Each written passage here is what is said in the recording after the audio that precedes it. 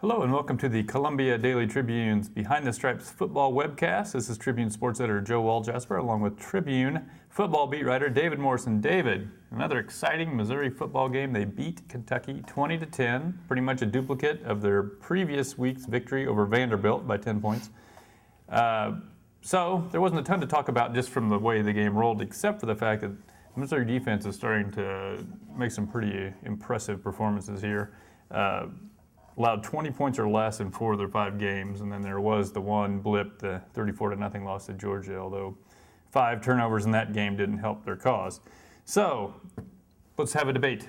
Is this the best defense of the Gary Pinkel era since you've seen 2 of the years? I was going to say, well, since I've been there for 14.3% of it, I'm obviously an expert on this. I remember earlier this year just kind of talking about stuff in the sports department. I said that I thought this was a much improved defense over last year's and got some side eyes, so I feel like I'm a bit vindicated now, so thank you very much. Anyway, but yeah, as far as the whole scope of Gary Pinkel, Dave Steckel and I guess Matt Eberflus defenses under Gary Pinkel, the numbers say it's one of the best.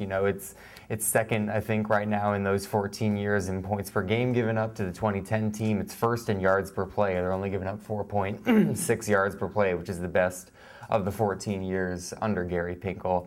It's not as opportunistic as some of the defenses of years past, but they're kind of making up for that by just being more shut down than defenses of years past. And they're on pace to have the most sacks per game of any Gary Pinkel defense, too. They've got 3.4 sacks per game, and previously they'd kind of, the upper edge was 2.9 around that sort of mark. So I think it could be one of the best defenses in those 14 years. And also the thing that's impressive about this year's defense is it's getting so much better in conference play. I mean, usually what you see is they kind of, I guess, stack the deck with good numbers against non-conference teams and then it starts bleeding a little bit during conference play. But this has been the reverse. They had big yardage games against Toledo and Indiana, and then nobody in the SEC has been able to move on them, well, except for Georgia, with any real regularity. So yeah, I think the case could be made that this could be the best performing defense in Gary Pinkel's 14 years. Now, if you really wanted to do a exhaustive quantitative study of this, you need to kind of see how good the offenses were compared to in years past and things like that they've faced. But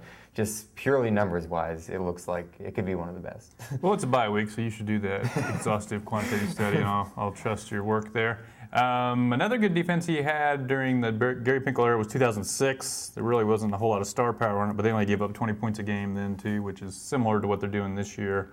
Some names for the past on that team: Xavier Jackson with 8 sacks, and Marcus Bacon with 112 tackles and 5 forced fumbles. That's a lot of forced fumbles. That's a lot. So that was a pretty good defense, too. And then 2010, like you mentioned, was a good defense. I tend to think this is the best of the bunch. It's really certainly got some star power up front. I think the linebackers have been very solid.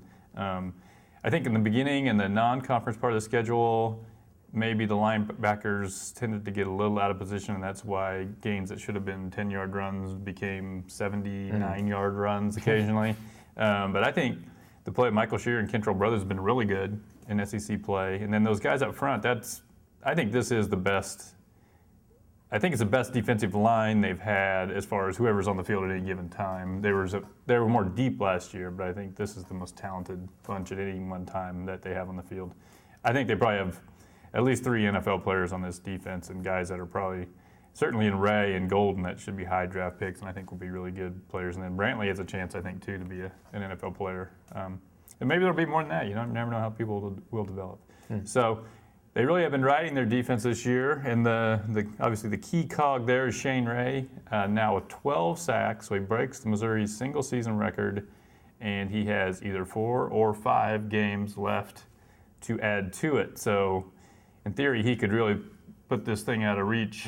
So just your thoughts on what you've seen out of Shane Ray. I know coming into the year, a lot was expected of him. It wasn't like he's out of the blue, because I think even last year you could see in the chances that he got to play that he was good, but just what he's actually accomplished this year. Yeah, I think what you just said is what makes it even more impressive. He wasn't an unknown quantity coming into this year, so people knew that he was going to be a threat off the edge, and even if they didn't know, they could have figured it out pretty early from these big sack games he's putting up early in the season, yet they still can't stop him. It's not as if Kentucky came into the game and said, who's this guy speed rushing off the edge? We've never seen him before in our lives. They exhaustively game planned for him, and every team does, and they still can't stop him from getting a sack or getting 2 sacks or just kind of wreaking havoc in the backfield. And that's what's been so impressive about his run this year to me. I mean, if you look at Michael Sam last year, when he started having some success, teams started planning for him a little bit and kind of diverting blockers his way, and the faucet ran dry for a while. But Shane Ray, no matter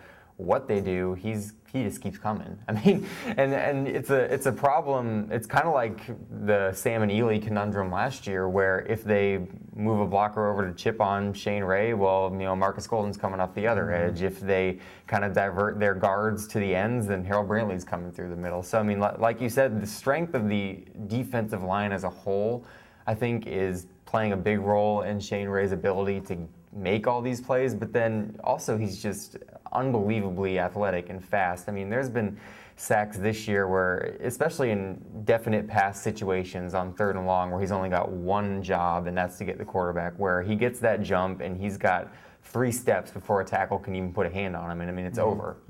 So it's just a combination of the play of the line and just the fact that when Shane Ray is in pure pass rush mode, I don't think there's anybody that can check him. And yeah, he's just probably putting together one of the most impressive seasons for a Missouri defender, I would say.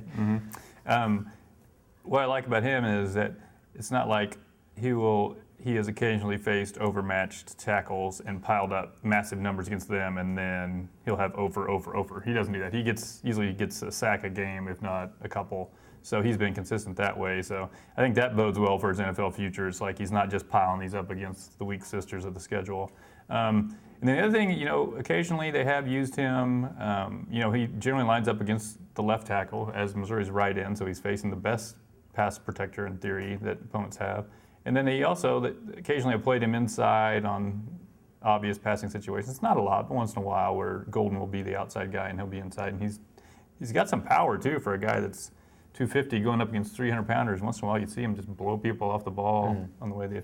I think maybe his signature play of the year was at Florida, where he strip sacks Jeff Driscoll, then just sort of notices the ball's out, throws Driscoll aside, and then so Marcus Golden picks it up, and then as the closest guy to tackling Marcus Golden then becomes Shane Ray, who's like, I think I'll follow him to the end zone, and immediately catches up and escorts him in. So that's the kind of athlete we're talking about. So enjoy it while it lasts, Missouri fans. He's a junior, but I don't think anyone in the right mind thinks this won't be his last year. So we'll just see how far away he can put the sack record and see if there's anybody that can touch it in future years.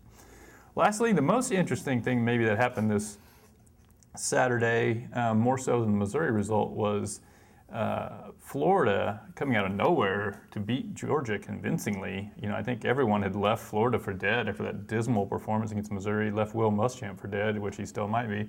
But that knocks Georgia now below Missouri in the standings. Georgia with a tougher road from here on out. At least in one significant way, they still have to play Auburn, whereas Missouri, these games you can still call them coin flip games, but they have no one that would compare to the difficulty of Auburn left in their schedule. So with Missouri has 3 games left with a lead in the SEC East, is Missouri the favorite to go to Atlanta for the 2nd year in a row?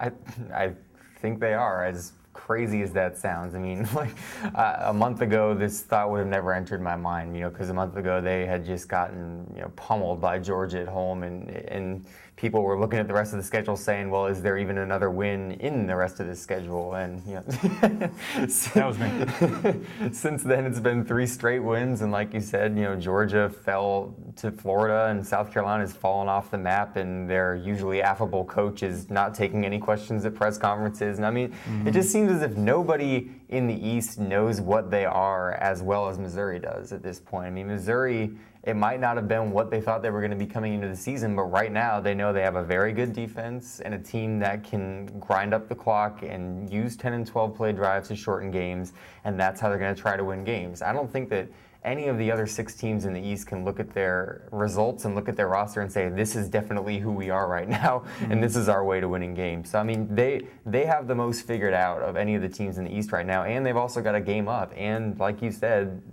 Georgia's got Auburn still left on the schedule, and Missouri's toughest game is probably, I don't know, Texas A&M probably, and they're a team that's kind of weird to figure out right now too, because they've lost 3 in a row, and they lost 3 conference games in a row. They barely beat ULM. They've got all sorts of quarterback drama going on right now. So, I mean, yeah, I would say they're the favorites right now. I think I saw ESPN's football ratings index or whatever still has Georgia as the favorite, but I don't see how that's possible just because of the fact that Georgia's got a tougher road to go. Missouri's already got a game in hand, and if it even happens to get into a 3-way tiebreak with them in Florida, I think Missouri's even got a good chance in that, because they would have had probably a better divisional record for that tiebreak than Florida and Georgia would if they get into a 3-way tie at 3 That would require Florida to sustain its success, which I don't have great faith.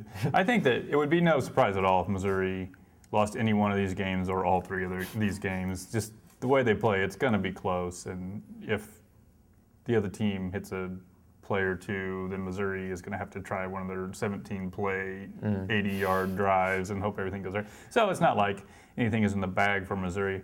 But from where they were after the Georgia game, to think that not only are they avoiding a disaster season, but they could possibly win the East, and I don't care what happens when they get there. I don't think anybody thinks they're going to win the SEC title. But I also don't think you should be a nervous Nelly and saying, well, we'd be better off not going this year. I think those people, it's like, what the heck? Shot, there's a chance you might win. So I think it's been a pretty good year coaching-wise for Missouri in that, they've kind of held it together when, you could see during especially that long offensive drought where you could get defense, offense infighting. I don't think you really see much of that.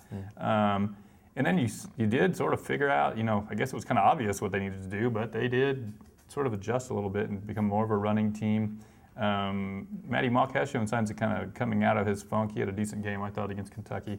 So things are looking pretty good for them, but I think it's probably been one of the better coaching years. If you can think, if your bad year becomes a 9-3, even possibly a 10-2 year, that's pretty good for Missouri. And I don't think too many of us after that Georgia game could even conceive of the possibility that they would win the SEC East. I'm not sure anybody else still understands it. They're not in the rankings, nor probably should they be. I think realistically Georgia is the best team in the SEC East, but in an unbalanced schedule, the best team won't always win, and if it favors you, then it's up to you to do something about it, and I think Pinkel has this year. Yeah. All right, well, Missouri has a bye this week. Join us next week when we will discuss the trip to Texas A&M.